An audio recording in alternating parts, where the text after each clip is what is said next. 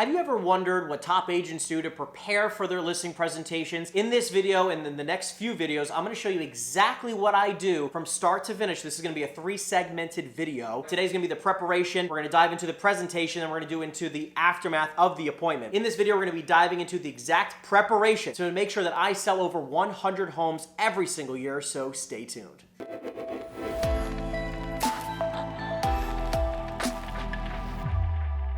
Like I said in the beginning, I'm going to break it down into 3 simple sections. So the first section is the before or the prep of the listing presentation. So let's dive into it. First and foremost, let's talk about just even confirming the listing appointment, because you just set the appointment. Congratulations, awesome job. What I want you to make sure you're doing every single time without fail is confirming that listing appointment, because just because you set it doesn't mean it's actually going to occur, right? Because there's actually a ratio between appointments set and appointments conducted. Hardly ever are you going to see 100%. We've all had people that just cancel on us, don't show up, they end up forgetting. Have you ever had that? Yeah, me too. Don't worry. So what I'm going to tell you to do here is that you're going to confirm every single listing appointment the morning of. Because you don't want to do it the night of, because things can change that day. So the morning of the appointment. And don't get me wrong, like hypothetically, like, well, Henry, what happens if I have an appointment at 8 a.m.? First and foremost, I don't ever schedule appointments at 8 o'clock in the morning. It's typically my appointments start at 1 o'clock in the afternoon and later. Now, if someone has a specific appointment, I'll take it on a very, very rare occasion, like if it's a dear friend and I understand their personal situation, but I don't like screwing up my morning for prospecting. So again, you're going to confirm your appointment anywhere in the morning between 7 and 10 a.m. to confirm your later on appointment. And here's the key. When you are following up with them to confirm the appointment, you're going to say the following. Hey, John, it's Henry again with EXP Realty. Again, by the way, phone call. Make sure you're doing a phone call, not a text message. Hey, John, it's Henry with EXP Realty. Just wanted to follow up and confirm our appointment for today at 5 p.m. He says, yes, we're still on. Fantastic, John.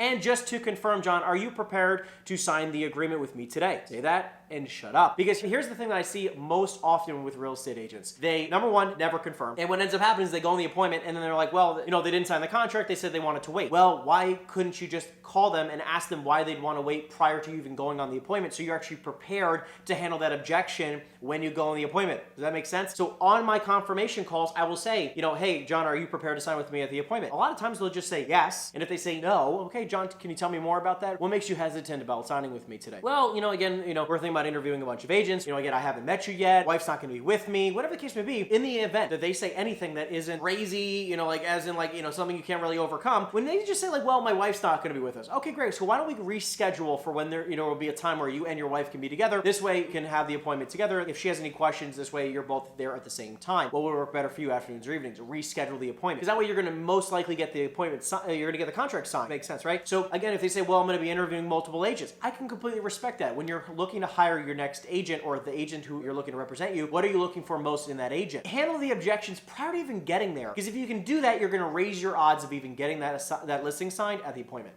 Number next, what do you need to bring to that appointment? So let's be short, sweet, and to the point. To this day, today, what I really bring is my cell phone, a business card, and a pen. I don't really bring anything else. Why? Because what I do is I prepare all the listing documents and I send it to them the night before or that morning, and we'll send it to them so it's already in their email box and I can just have them sign it digitally right there and then. Very, very simple. So what works for me today, I used to bring a whole crazy package that, we used to review. I just don't do that anymore. It's just what works for me. Now, again, if you're a brand new agent, if you've been in the business for a year or so and you really want to have a presentation, let me walk you through exactly what I did bring, and on occasion will still bring depending on who I'm with. Because if I'm competing, with multiple agents, because right now a large part of my business is by referral. So again, when I'm going by referral, I'll have a little bit different of a presentation. When I'm trying to compete for those listings, this is what I would bring. Number one, a pen, obviously. Your business card. Yes, of course. Next, you'd want to make sure you bring listing documents. You want to have this all in maybe a nice, neat folder that maybe your office can supply for you. I also have partners like my title company, attorneys, mortgage companies that can all provide you with folders. And partners will always handle that. You can also find a really cheap place near you to get some nice printed folders for yourself. In that folder, again, I have the listing documents. I have a list of my referral partners in it. I've how to prep your homes for sale, documents that, teach them what to do for their photos, exactly the steps to selling a home, my business card, my office address, all the rest of the phone numbers, introduction to the team. That's all in one folder that I will be handing to them, and I'll make sure they sign the listing documents at the appointment. Again, listen, I used to bring all that kind of stuff, and now even to this day, sometimes I'll have a packed briefcase of a couple folders just in case I have to go present randomly to a cold lead that randomly comes up, and I want to be prepared for that, but not often do I bring that every single time. The other thing I want to make sure you understand when it comes to prepping for the appointment is how you show up matters. Number one, be early, okay? I don't know if you've ever heard the terms. It's like if you're not early, you're late. I'm a fan of being at the appointment somewhere between 5 and 15 minutes early every single time. I want to be at the door 5 to 10 minutes early early every single time because how I do anything is how I do everything. So I like to show up early because people can appreciate that. Because even if you're 1 minute late, sometimes people are going like, well, it's 4:59, they haven't knocked on the door, where the heck are they? There's people like that. And I always like to show up early because I don't want to waste their time. It's very, very important. So if you're constantly late, make sure you leave super early. Number next, how you show up. Your energy matters. In what you wear matters. So when I'm going on a listing appointment, I'm not talking about suit and tie, tuxedo, yada, yada, yada, but I am saying that to just read your market. Because if you're going into a market where going into, call it, even in like the 400, 500 plus range, you should be wearing a very, very nice business professional clothing. Listen, if you're going to a $150,000, $200,000 house, I wouldn't be wearing a suit and tie. Just understand that because it can be intimidating. Just understand, read the room. Read the room. You know, and don't get me wrong. If I'm going on a $2, $3, $4, $5 million listing appointment, I might be dressed up in a suit and tie because I want to be professional. Read the room. So again, just understand there's a level to it. Again, you don't want to show up in a $200,000 car to a $150,000 listing appointment. Read the room, okay? So again, how you show up in your clothing matters as well as how you show up energy-wise. So if you're having a horrible day, show up 5 to 15 minutes early, ground yourself and set your intention. I'm here for them. I'm here for them. I'm here for them. I'm here to give them the best experience possible and serve these people the highest levels that I possibly can. That's what it's about. And the last thing I'm going to say is this. Walking up to the door, okay, before we dive into the actual presentation. When you're walking up to the door, keep this in mind. Number one, when you're going up to the door, just realize, I didn't think about this at the very beginning part of my years in real estate, they 9 times out of 10 can hear what you're doing. So if you're on the phone with a family friend or whatever, and you might, if you curse or you do whatever, they can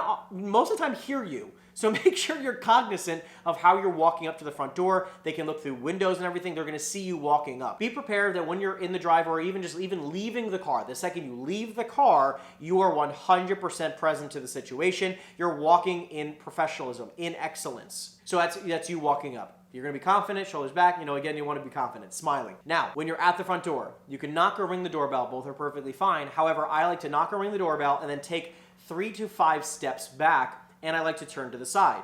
Now, the reason why you turn to the side is that if you've ever studied door knocking, is that it's very intimidating. Imagine if you knocked on the door and you have again, I'm 5'6", okay? I'm not very tall. So, and that's on a good day with nice, good size heels in my dress shoes. Now, realize that, again, if you knock on the door or someone knocks at your door and all of a sudden you see a 6 foot, or even me just standing at the door, hovering in front of you, right in front of where the door is, I mean, it's pretty intimidating. You're like, what the heck are you doing? What you want to do is you want to give some breathing room, energy, the energy breathing room. So you're going to take anywhere between 2 and 5 steps back. I like to turn to the side so it's a little bit energetically more inviting. And I say, hi, my name is Henry. How are you? I was the one over the phone. Great to meet you. Again, smiling, you're greeting them. Just like they're greeting you, you're greeting them. So you need to bring the energy. So that's about everything that I do in the preparation to all of my listing appointments. If this video helped you out, make sure you thumbs up the video so more people can check it out. And if you want to work with me one-on-one, make sure you click the link in the comment section down below. And last but not least, I know I may have kind of left you as a cliffhanger. I'm sorry I didn't want to do that, but this was going to be an incredibly long video, and I'm going to be posting the next segment of this video within the next coming days, so make sure you look out for it. I'll see you in the next video. Take care.